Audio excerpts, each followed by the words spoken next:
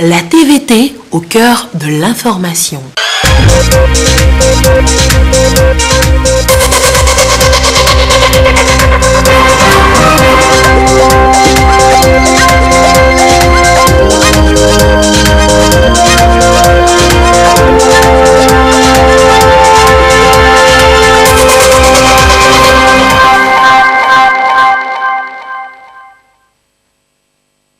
Il est 20h. Bonsoir à tous. Merci de votre attention. Et dans l'actualité ce mercredi, descente inopinée de la coordination nationale de gestion contre le Covid-19. 3 entreprises à Lomé ont reçu sa visite. But, s'assurer que les mesures barrières sont toujours respectées sur place. Le système automatisé de marquage des produits, la mesure est entrée en vigueur depuis hier. Nous faisons le constat dans cette édition tout à l'heure. Et puis, cette question des amateurs de sport, à quand la reprise des activités de masse dans les fédérations? Le ministre des Sports a évoqué le sujet ce mercredi avec les premiers concernés, les présidents des différentes fédérations de disciplines sportives. Voilà, madame, monsieur, le sommaire. Bienvenue. Voici le 20h de ce mercredi. Tristesse à la présidence de la République en deuil. Je ne vous en dis pas plus. Voici le communiqué officiel à ce propos. C'est avec une grande tristesse que son Excellence, M. Faure et Sozimla Gnassingbé, président de la République, et l'ensemble des agents de la présidence de la République ont appris le décès ce 1er septembre 2020 de M. Patrick Daté Tevi Bénissant, secrétaire général de la présidence de la République. Le président de la République s'associe au deuil qui touche la famille Tevi Bénissant et exprime sa solidarité aux proches de l'illustre disparu et à tous ceux qui l'ont connu. Fait à Lomé le 2 septembre 2020, la présidence de la République. Dès qu'il a appris donc la mauvaise nouvelle, eh bien, le chef de l'État a rendu un hommage au secrétaire général de la présidence. Il fut un collaborateur de qualité qui a servi avec dévouement et loyauté notre pays, écrit le président Faure Gnassingbé sur sa page Facebook. De ce cadre chevronné, je garde le souvenir d'un homme humble, affable et discret. La réaction donc du chef de l'État à l'annonce du décès de Patrick Daté Tevi Bénissant, secrétaire général de la présidence de la République, décédé donc hier. L'actualité, c'est aussi l'augmentation des cas de contamination au Covid-19 chez nous.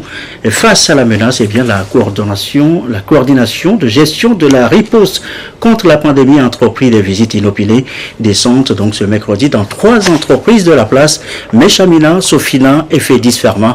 Alors que dire du respect des mesures barrières sur place? Gisèle Kozona, Augustin Kossi. Chaque jour, ils sont rompus à la tâche. Port de masque obligatoire. C'est désormais le quotidien des ouvriers à Sofina depuis le début de la crise sanitaire liée au coronavirus. Selon les responsables de la société de production des éponges, des dispositions nécessaires de riposte ont été mises en place. Des sensibilisations régulières du personnel avec l'aide de l'infirmerie interne. Le travail est aussi réorganisé de manière à alterner les équipes. Régulièrement, l'infirmier fait un tour dans l'usine pour sensibiliser le personnel, pour donner des conseils, pour que chacun puisse être en bonne santé. Après avoir lavé les mains, il y a l'application du gel hydroalcoolique avant d'avoir accès à l'usine. Nous distribuons régulièrement des bavex ou bien des cache-nez à tout le personnel. Toutes ces informations ont été fournies à la délégation de la coordination nationale de gestion de la riposte contre le Covid-19. Faire activer et entretenir cette veille pandémique, c'est le but de la démarche.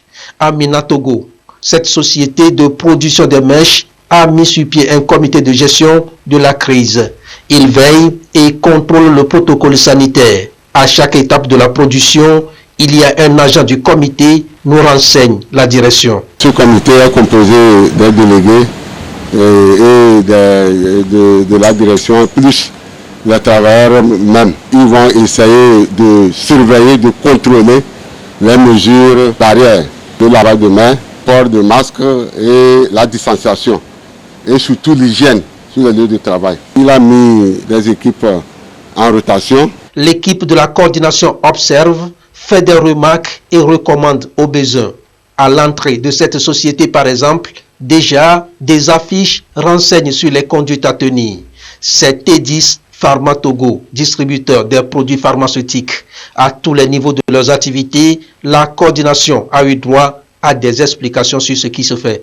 Depuis le mois de mars, nous avons mis en place plusieurs actions, déjà notamment les affiches, la communication orale vis-à-vis des collaborateurs, les affiches en fait pour un rappel au quotidien. Ensuite, tout ce qui est dispositif de nettoyage des mains, donc au savon et à l'eau, et ensuite des solutions désinfectantes. Dans tous les bureaux, nous avons en fait des solutions désinfectantes en fait pour chaque collaborateur. Au niveau du magasin, nous avons un collaborateur par poste au lieu de 2 en temps normal.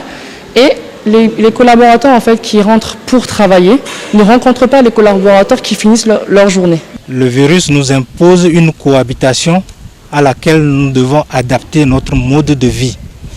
Et cette adaptation passe par le respect de mesures édictées par le gouvernement que nous appelons communément mesures barrières. Donc la coordination nationale de gestion de la riposte au Covid-19 qui est chargée de l'exécution de ces mesures et qui en même temps est chargée de concevoir des scénarios d'anticipation et de riposte en même temps que le suivi et évaluation des interventions de riposte, nous a mandaté pour visiter un certain nombre d'entreprises installées dans le Grand Lomé pour constater ce qui est fait en matière de riposte contre la pandémie. Donc nous avons échangé avec les comités de santé ou avec les responsables de ces entreprises pour voir comment ces mesures de riposte sont respectées. Ce n'est que le début. Cette tournée prendra en compte une 50aine d'entreprises en activité à Lomé. Et en attendant de voir avec d'autres entreprises, qu'en est-il de la situation dans le marché à Lomé? Lavage de mains, port obligatoire de masque, distanciation sociale, ces mesures barrières sont-elles respectées toujours? Une de nos équipes a sillonné les grands marchés de Lomé, le constat avec Lucassi. Marché de Hanoukwapé ou le Togo. Ici, on y trouve un peu de tout. À longueur de journée, hommes, femmes et enfants défilent pour leur commerce ou achat. Depuis la crise sanitaire, des mesures sont prises pour que ce lieu ne soit pas un foyer de contamination de Covid-19. À l'entrée, nous apercevons un dispositif de lave-mains qui semble être oublié par les passants. Sur la 50aine de personnes que nous avons observées faire leur entrée dans ce marché, seulement 2 se sont soumises à cette mesure barrière. En plus du lavage de mains, le port de cache-nez est demandé. Une autre mesure, très négligée ou mal appliquée. Je viens de descendre de la moto et comme il va falloir que j'échange avec l'homme de Zémijan, voilà pourquoi j'ai fait descendre pour pouvoir mieux parler.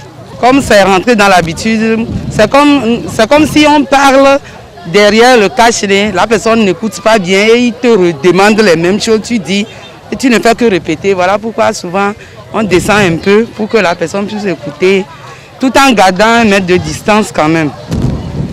Pas trop s'approcher de la personne pour qu'il puisse écouter ce que vous dites. À Hedjranaoué, c'est le jour du marché.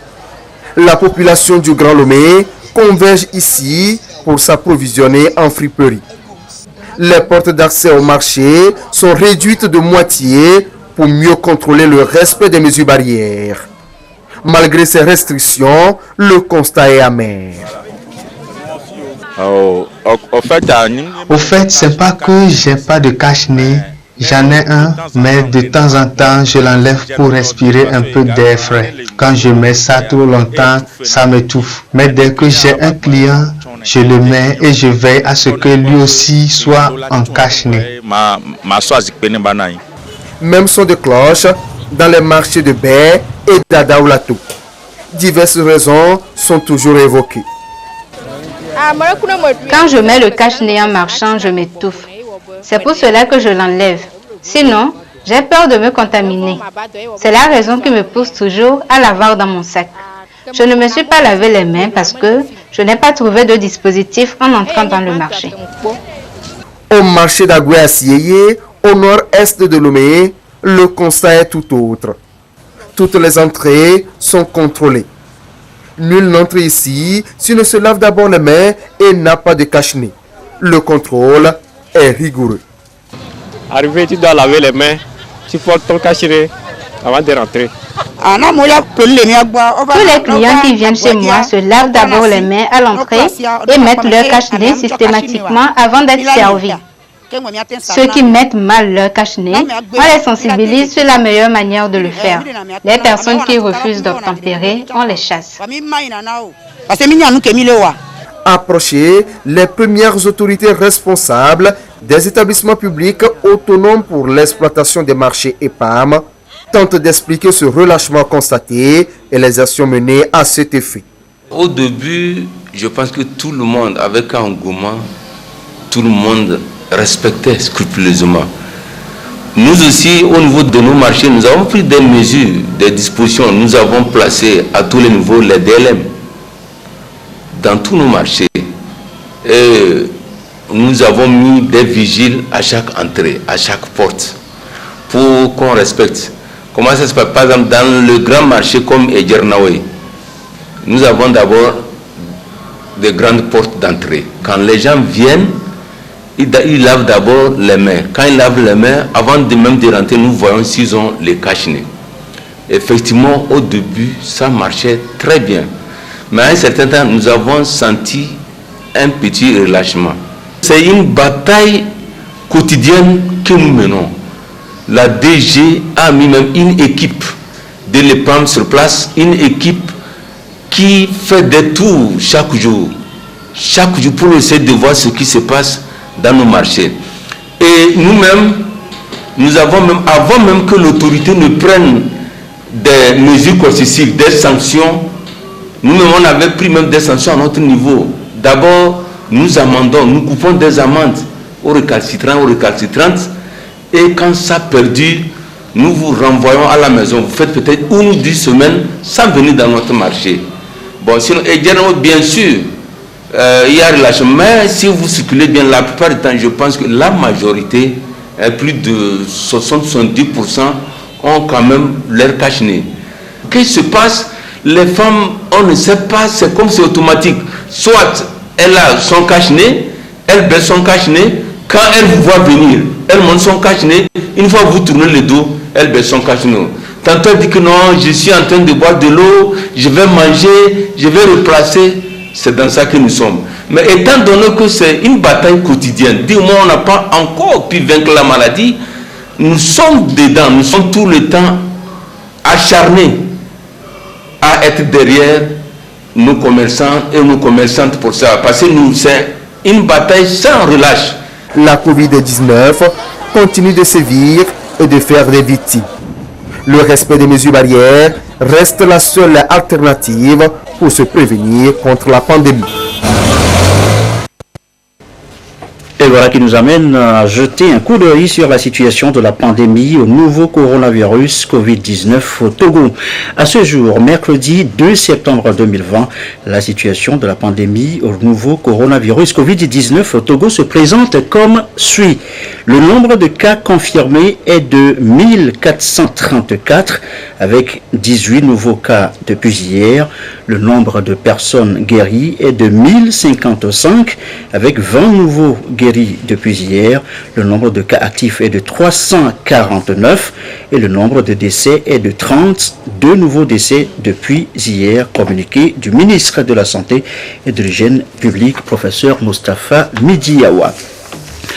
Les députés de retour à l'Assemblée nationale demain. C'est ce qu'indique ce communiqué de la présidente de l'Assemblée nationale et qui informe donc les honorables députés que la deuxième séance plénière de la deuxième session ordinaire de l'année aura lieu le jeudi 3 septembre 2020 à 9h au siège de l'Assemblée nationale.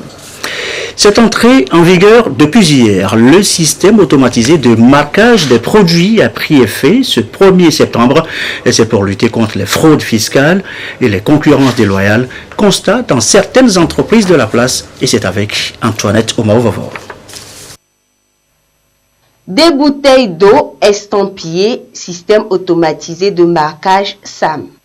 Une initiative de l'Office togolais des recettes OTR pour promouvoir la consommation des produits de qualité et limiter les fraudes fiscales. Le contrôle est fait par le comité de suivi et d'implémentation du contrat SICPA. Et déjà, certaines entreprises visitées sont dans la norme. La société SICPA a mis à notre disposition un matériel pour pouvoir marquer les différents produits que nous produisons, de manière à pouvoir les référencer et pouvoir en faire un suivi. C'est un gage de qualité, un gage d'authenticité de nos produits qui va pouvoir permettre au consommateur final d'être sûr que ces produits ont été fabriqués par une société togolaise homologuée par les services d'État. Dans un second temps, ça permettra aussi de régler les problèmes que nous avons de concurrence déloyale avec des produits qui passent frauduleusement nos frontières. Donc c'est un appel au consommateur, un appel à la vigilance du consommateur. Le marquage électronique, ça va prouver au consommateur que c'est un produit, qu'on connaît l'origine, qu'on connaît la source, qui respecte les normes de fabrication, les bonnes pratiques d'hygiène, on connaît l'origine, c'est déjà une bonne chose. D'autres prennent des dispositions afin de se mettre au pas. Nous sommes assez préparés, toute l'équipe informatique IT et la production sont assez mobilisées et nous sommes assez prêts pour cela. C'est le début d'un processus, nous sommes avec eux, nous allons travailler ensemble pour que ce système qu'ils sont en train de mettre en place puisse voir le jour dans de bonnes conditions pour le bonheur du peuple togolais et pour l'économie en général. Il s'agit d'assurer une meilleure santé à la population, assainir le marché, lutter contre le commerce illicite et la concurrence déloyale. Le système automatisé de marquage prend effet à compter de ce 1er septembre 2020. Nous avons décidé de faire un tour pour nous assurer que le démarrage du SAM, système automatisé de marquage fiscal, a démarré effectivement au niveau des entreprises. Nous avons fait le tour au niveau de la SNB, Société Nationale des Boissons, sont passés au niveau de Vortic, au niveau de la brasserie du Bénin et Cristal.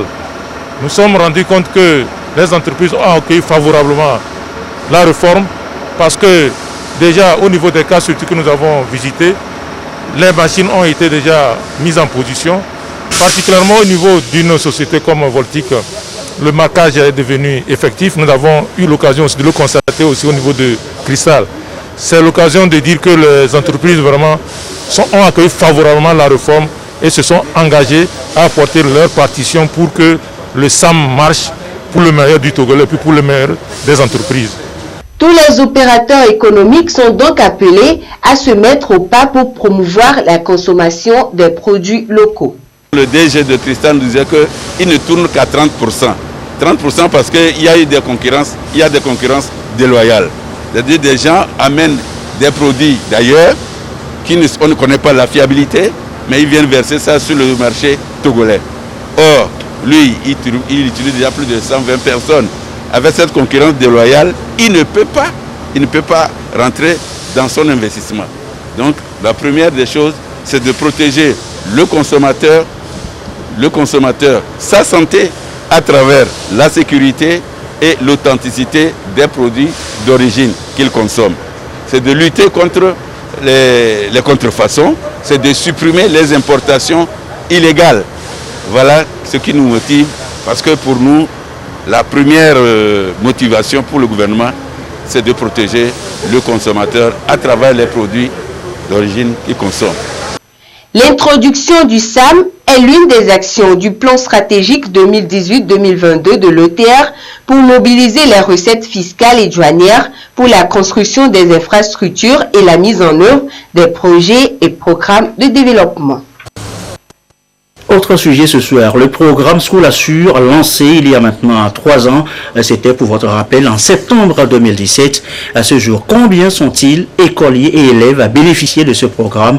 Qu'est-ce que School Assure a changé dans la vie et le quotidien de ses bénéficiaires? On fait le point avec Antoinette Omaovavo. En 3 ans de mise en œuvre, Le programme School Assure a touché plus d'1 million d'écoliers et élèves sur toute l'étendue du territoire national. Tignoté et Ntagim ont bénéficié de ce programme qui a considérablement impacté leur vie et celle de leurs parents. Je suis très fière car d'habitude, quand je suis tombée, je tombe malade, je ne viens pas à l'hôpital parce que j'attends que mes parents puissent me donner de l'argent avant de venir. Mais grâce à School Assure maintenant, je suis très fière. Même si j'ai quelque chose que je ne me sens pas bien, je pouvais venir à l'hôpital. Moi, je bénéficie de School Assure. En plus, mes amis, nous les élèves. Élève au lycée de Kanjouaré en classe de première à 4. J'ai obtenu la carte School Assure en classe de la 3e au CG Bogou. Quand je suis malade et quand je venais à l'hôpital, on me traite soigneusement et gratuitement. Et un jour que ma fille était revenue de l'école, elle m'a dit que on a fait une carte à ce qu'elle bénéficie. Si elle va à l'école, à l'hôpital, on va la soigner gratuitement. Mais moi, je n'avais pas cru. Mais à fin de fin, maintenant, j'ai vu que c'est vrai. C'est un programme de protection sociale qui permet aux élèves régulièrement inscrits en cas de maladie d'être pris en charge gratuitement par les centres de santé publics, depuis la consultation jusqu'à l'achat des médicaments, en passant par les analyses ainsi que les interventions chirurgicales. De manière pratique, l'élève s'inscrit dans un établissement public et en retour obtient son numéro d'identification School Assure. En cas de maladie, il présente sa carte ou son numéro au centre de santé et bénéficie gratuitement des soins et médicaments jusqu'à hauteur de 30 000 francs annuels. Cette dotation se renouvelle chaque année. Il faut préciser que pour des cas exceptionnels, lorsque le corps médical fait la demande, le programme procède à un dépassement de la prise en charge. Les centres de santé accèdent à la plateforme de gestion automatisée et digitale via les équipements mobiles mis à leur disposition pour vérifier l'éligibilité de l'élève, son solde disponible et offrir la prestation gratuitement. School Assure couvre également la responsabilité scolaire des écoles. Depuis son démarrage en septembre 2017 jusqu'au 30 août 2020, 1 852 025 élèves ont bénéficié d'une prise en charge sanitaire. En note, 693 960 consultations, 196 660 analyses, 9 144 hospitalisations, 41 514 chirurgies et 826 647 sollicitations de pharmacie. Un total de 1 767 925 prises en charge depuis le démarrage du programme, ce qui dénote de la volonté du gouvernement à offrir un mieux-être aux élèves et les maintenir sur les bancs d'école. Les performances et les outils mis en place pour ce programme de protection sociale ont montré leur efficacité. L'impact sur la cible et leur famille est en cohésion avec la vision du gouvernement et du chef de l'État, qui est de permettre à tous nos concitoyens d'avoir accès à la protection sociale. Le programme de protection sociale en milieu scolaire se poursuit d'une année supplémentaire. C'est la bonne nouvelle et c'est le lieu de remercier le président de la République pour avoir initié le programme School Assure en faveur de nos jeunes apprenants et d'avoir décidé également de sa poursuite pour les 12 prochains mois. En lançant le programme School Assure, le chef de l'État veut assurer une éducation de qualité aux apprenants à travers un accompagnement en matière de protection sociale. C'est un programme qui bénéficie de l'appui des compagnies d'assurance, notamment MCA et OGAR. School Assure s'illustre bien dans la vision du PND à travers l'amélioration de la qualité de vie des populations et la réduction de la pauvreté. Son ambition est de réaliser un saut qualitatif vers une couverture à 40% de la population togolaise. La notion est d'actualité. Le processus en cours, la gouvernance partagée, fait l'objet depuis hier d'une session de formation. C'est pour permettre aux acteurs concernés de mieux maîtriser leur rôle dans le processus de décentralisation. Les orientations à la cérémonie d'ouverture de Douaré. La participation de tous aux actions et politiques de développement. Élément fondamental pour une bonne gouvernance locale. Le PROCEMA, Programme de consolidation de l'État et du monde associatif, veut créer un cadre pour les acteurs capables d'accompagner les communes dans l'élaboration des documents ou plans de développement. Il a ciblé les agents des services déconcentrés de l'État et les organisations de la société civile, acteurs clés du développement, pour une formation sur la gouvernance partagée. Et dans le cadre de ces différentes activités, nous avons des formations, notamment donc cette formation sur la gouvernance partagée, qui épouse complètement donc, les principes directeurs du Programme national de développement et qui est bienvenue étant donné que nous sommes dans le cadre d'un processus de décentralisation qui appelle le développement participatif et donc l'implication de toutes les forces vives de la nation. C'est quoi la gouvernance partagée? C'est cette gouvernance qui se fait non seulement par le gouvernement, mais qui se fait avec les gouvernés.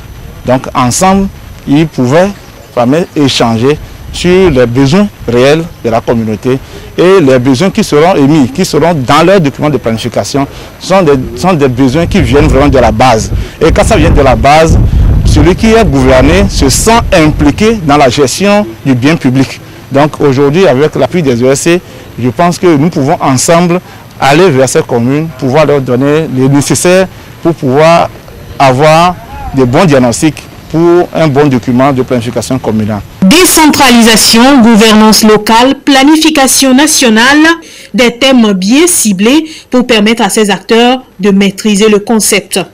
Nous allons revenir également au niveau local pour voir les étapes d'élaboration d'un plan de développement communal et comment est-ce que les acteurs peuvent se mobiliser pour que ce document soit élaboré, mais aussi pour que ça soit mis en œuvre d'une manière plus efficace et efficiente.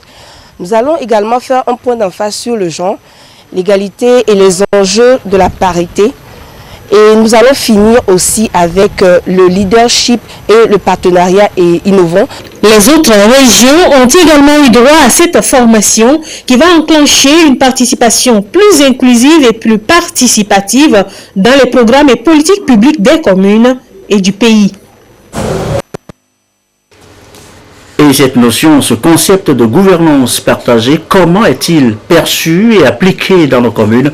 Retour sur l'expérience dans ce document préparé par Chris Agbedinou avec de Douaré. Le concept est encore très peu connu au Togo. La gouvernance partagée est la formalisation du faire ensemble. Un modèle d'administration de la chose publique axé sur l'inclusion, mieux la participation citoyenne. Les nouvelles communes issues des dernières élections municipales l'expérimentent dans une approche de partage des risques, des responsabilités et des résultats dans la mise en œuvre d'un projet communal par exemple. La gouvernance partagée permet de jouer ta partition dans la gestion de la cité. Et la base est impliquée. Désormais, ce n'est plus un pouvoir décisionnel et vertical ou pyramidal qui tombe du haut en même temps sur les autres, mais à la base est concertée.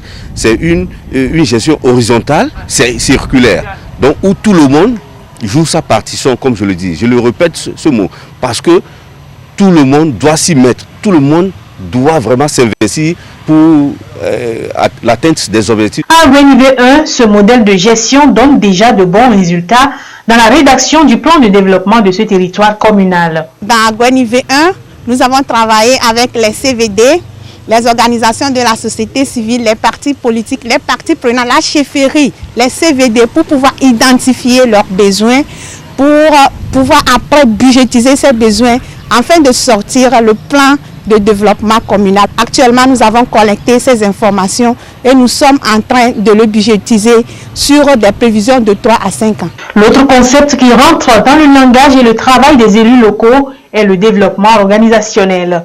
Basé sur le diagnostic de l'équipe communale, il aborde les questions de redevabilité, de légitimité et de la capitalisation en y important des solutions pour la réussite des plans communaux de développement. Dans le reste de l'actualité, ce nouveau-né dans le monde des associations, l'association des géologues du Togo. Elle a été portée sur les fonds baptismaux samedi dernier. Pourquoi et pourquoi faire? Les précisions, Elie Agbanyandao. Géologues, ici présents à cette assemblée générale constitutive. Réunis au sein de l'Association des géologues du Togo, ils disposent désormais d'un bureau composé de 9 membres qui nourrissent déjà des ambitions. Première mission, travailler pour un élargissement de l'association au plus grand nombre et de défendre les intérêts matériels et moraux de ses membres. Notre objectif principal, c'est la journée nationale des géosciences au Togo que nous allons mettre sur pied. Et le bureau est en train de réfléchir, ça va prendre la date à laquelle l'AG a porté les fonds baptismaux, l'association.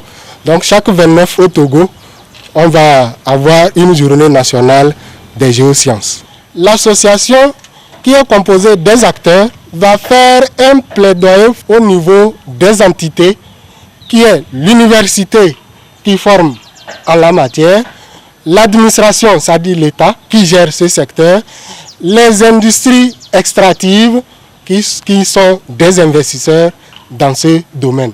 Donc, nous allons faire un plaidoyer pour que les 3 entités réfléchissent avec nous comment nous allons faire pour que demain, la science géologique soit un secteur très promettant. Le bureau de l'Association des géologues du Togo est élu pour un mandat de 2 ans renouvelable une seule fois. Un creuset pour bien appliquer cette science qui étudie la Terre et plus particulièrement la lithosphère. Le sport de masse va-t-il bientôt reprendre ou pas? Le ministre des Sports a justement rencontré à ce propos ce mercredi les présidents des fédérations, les différentes fédérations. Le menu des échanges, c'est avec Martin Sandani Mankoubi. Cette rencontre d'échange entre le ministre en charge des sports et les présidents de fédérations sportives se situe dans la perspective de la reprise des différents championnats et compétitions au Togo. À cet effet, le ministre en charge des sports, Katari Foulibazi, a émis le vœu que les présidents de fédérations puissent trouver des propositions adéquates en vue de convaincre les gouvernants à favoriser la reprise des activités sportives malgré la pandémie du coronavirus. Pour permettre au gouvernement de prendre en compte la situation du monde sportif, il est nécessaire que les propositions viennent des acteurs eux-mêmes. Alors nous nous sommes dit qu'il faut une rencontre comme celle-ci, pour que le président des fédérations essaye d'échanger avec le cabinet sur les mesures que nous pourrons prendre pour que les activités sportives puissent recommencer. Parce qu'en réalité, on ne saurait rester dans un état sans sport tout le temps, étant donné que les activités sportives se trouvent être les activités qui embrassent le maximum de nos concitoyens. Donc ceci étant, j'aurais bien voulu qu'à cette rencontre-là, que ce ne soit pas le gouvernement, que ce ne soit pas le comité national de riposte qui se mette à réfléchir sur les conditions dans lesquelles les activités doivent recommencer, mais que ce soit nous-mêmes, acteurs du sport, qui réfléchissons et qui faisons la proposition au gouvernement et à la Commission nationale de riposte contre la Covid-19. Un comité composé des membres de chaque fédération sportive sera mis en place pour défendre le dossier. Une initiative vivement saluée par certains présidents de fédération. Dès que nous avons reçu l'avis de réunion, nous avons été tout de suite soulagés parce que nous cherchions déjà à le rencontrer pour lui poser un certain nombre de doléances. C'était une opportunité heureuse et nous avons dit ce que nous en pensons. Mais nous sommes en train de tendre vers la proposition d'un comité autour du ministère composé d'un délégué par chaque fédération, qui recueillera les propositions au niveau de chaque fédération, venir les compiler et faire un document qui sera une sorte de plaidoyer à l'endroit de l'autorité. Au niveau de la Fédération togolaise de football, bien qu'ayant fixé la date de la reprise des championnats, une dérogation a été soumise au ministre en charge des sports pour permettre les préparatifs des compétitions internationales. Mais notre préoccupation majeure aujourd'hui, c'est les compétitions internationales, puisque aussi en interne, nous n'avons pas d'obligation vis-à-vis de quelque acteur que ce soit, mais à l'international, les dates s'imposent à nous. Donc c'est à ce niveau vraiment que nous restons préoccupés par rapport à la reprise des séances d'entraînement de toutes les équipes nationales, y compris les clubs qualifiés pour représenter le Togo à l'échiquier continental. Je crois qu'à ce niveau également, il y a une requête introduite au niveau du gouvernement tendant à la demande d'une dérogation spéciale pour toutes les équipes nationales pour qu'elles puissent se remettre au travail dans des conditions strictes. À la fin de la rencontre, les acteurs sportifs ont soumis des recommandations au gouvernement. Et ce communiqué du président de la HAC, avant de refermer cette édition du soir, le président de la Haute Autorité de l'Audiovisuel et de la Communication porte à la connaissance des professionnels et des promoteurs des médias que la date limite pour le dépôt des dossiers de demande de création d'organes de presse et de délivrance de la carte de presse est prorogée jusqu'au 11 septembre 2020. Ce report est justifié par le report de la date de la session de la HAC consacrée à l'examen des différents dossiers. Le président de la HAC invite les professionnels des médias et promoteurs d'organes de presse au respect scrupuleux de ce délai. Et ceci referme donc ce journal. Merci à vous qui nous suivez ce soir, et notamment du côté de Tambango, Bombouaka, dans la préfecture de Tanjoar, et comme d'habitude, toujours fidèlement. Belle soirée, prenez bien soin de vous.